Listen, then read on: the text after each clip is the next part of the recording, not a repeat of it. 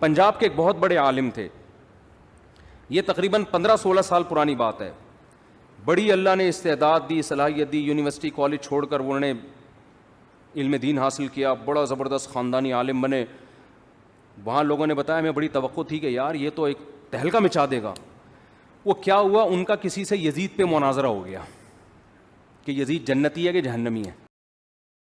اس مناظرے کو ایسا انا کا مسئلہ بنایا نا کہ اب مجھے وہاں لوگوں نے بتایا کہ اب محترم کی پوری, وہ یزید کو جنتی کہتے تھے, میجورٹی جہنمی کہتی ہے. انہوں نے اب پوری صلاحیتیں کھپا دیں یزید کو جنتی ثابت کرنے میں, اور اس کے بہترین مناظر بن گئے وہ. ابے بھائی آپ ادھر نہ جائیں جہاں آپ کو قوم لے کے جا رہی ہے. پوری زندگی کا حاصل آپ نے اگر یہ نکال لیا کہ یزید کو جنتی ثابت کر دیا, تو یار آپ نے 8 سال مدرسے میں اس لیے ٹائم ویسٹ کیا ہے, آپ کے اوپر لوگوں کی زکاتیں خرچ ہوئی ہیں, صدقے خرچ ہوئے ہیں آپ کے اوپر لوگوں کے. کیا یزید کو جنتی ایک شخصیت ہے, اس کی اتنی ویلیو کیوں دے رہے ہو اس کو آپ؟ ایک تاریخی حیثیت ہے. آپ اپنا ایک بیان ریکارڈ کروا دیتے, میری رائے یہ ہے اور اس کے جواب میں, اس کے بعد بھاڑ میں جائے یار, کوئی اور کام کرو بیٹھ کے. کسی کو اتفاق ہے ٹھیک ہے, نہیں ہے تو بھاڑ میں جائے, جو مرضی کرنا ہے کرے. یہ ہونا چاہیے نا. لیکن چونکہ عوام میں یہ موضوع چھڑ گیا ہے, اب عوام کو چسکے لینے کا شوق. اب آپ نے یزید کو لعنتی ہونا ثابت کیا, لوگ جوش میں رو رہے ہیں, یزید لعنتی لعنت اللہ علیہ. لوگ جوش میں آ کے لیٹ گئے اور خطیب کو کندھوں پہ اٹھا لیا, یزید کو اس نے آج لعنتی اور جہنمی ثابت کر دیا. پبلک میں تو خوش ہو جاؤ گے میرے بھائی. اور کسی نے جنتی ثابت کرنے پہ پورا زور لگا دیا. یہ جتنے بڑے بڑے علماء, مفتی تقی عثمانی صاحب جیسے, آپ ان کی اسٹیٹمنٹ دیکھیں, مختصر ہوتی ہے. چاہے یزید کے بارے میں رپورٹ پیش کریں گے نا, 2 جملے رپورٹ پیش کر کے آگے نکل گئے, اپنی صلاحیتیں کسی اور کام میں لگا رہے ہیں. ان کا بیان, مفتی تقی صاحب جیسا دنیا میں شاید کوئی عالم ہو, دنیا میں پاکستان لیول پہ بات نہیں کر رہا, لیکن آپ ان کا بیان سنیں, ایسا لگتا ہے شاید یہ عالم بھی نہیں ہے. وہ آدمی کہتا ہے یار یہ تو وہ باتیں کر رہے ہیں جو تبلیغ والے بھی وہی 6 نمبر میں وہی باتیں کر رہے ہوتے ہیں. ماں باپ کا احترام, علماء کا, ایسے ہی کرتے ہیں نا مفتی تقی صاحب. علماء کا احترام کرو, ماں باپ کا احترام کرو, نماز ٹائم پہ پڑھا کرو, یہ والے تسبیح صبح پڑھ لیا کرو. بیان ان کا ایسے ہوتا ہے.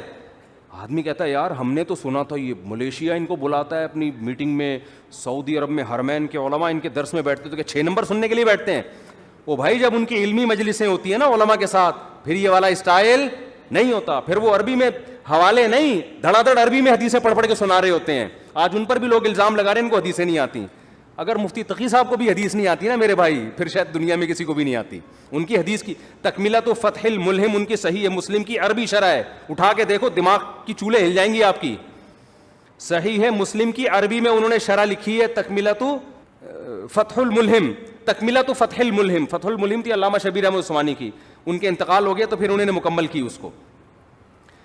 تو وہ عربی میں صحیح مسلم کی بہترین شرح ہے. تو جس آدمی کو شرح عربی میں سمجھ میں نہیں آتی, وہ الزام لگا رہا ہے کہ مفتی تقی صاحب کو حدیث. یہ ہمارے ملک کا حال ہو گیا ہے یار, کیسے کیسے جاہل ہیں. تو مفتی تقی عثمانی صاحب جو عوام کے سامنے زیادہ علمیت نہیں جھاڑتے نا, اس لیے کہ وہ صحیح عالم ہے. ان کو پتا ہے کہ عوام کے ٹاپک یہ نہیں ہے کہ میں یہاں بیٹھ کے پیچیدہ. جب ان کی آپ علمی مجالس میں جاؤ گے, علمی محفلوں میں, ہم تو گئے ہیں نا, مجلس تحقیقات جب ہوتی ہیں, پھر اس میں انسان کا پتہ چلتا ہے. وہ علماء کے سامنے علماء کے مینٹل لیول پہ آ کے بات کرتے ہیں, عوام کے سامنے عوام کے لیول پہ آ کے بات کرتے ہیں. تو ہم بھی جو لطیفے سنا رہے ہیں نا, اس کا مطلب یہ نہیں کہ ہمیں قرآن و سنت کا پتہ ہی نہیں. میں یہ نہیں کہہ رہا ہم کوئی بہت بڑے عالم ہیں, اتنے خالی بھی نہیں اتنے پبلک سمجھ رہی ہے, بس یہ بتانا مقصد ہے. لطیفوں سے لوگ سمجھتے ہیں سالے بیچارے کو کچھ آتا ہی نہیں ہے. میں سالہ کہنے والا تو مجھے بار بار سالے کا تصور پتہ نہیں کیوں آتا ہے. تو بھائی ہم عوام میں بات کرتے ہیں, عوام کے مینٹل لیول پہ آ کے, تو اس میں چٹکلے ہی چلتے ہیں, لطیفے بھی چلتے ہیں. تو ذہنی تفریح کے لیے پھر آدمی کا اپنا مزاج بھی ہوتا ہے نا.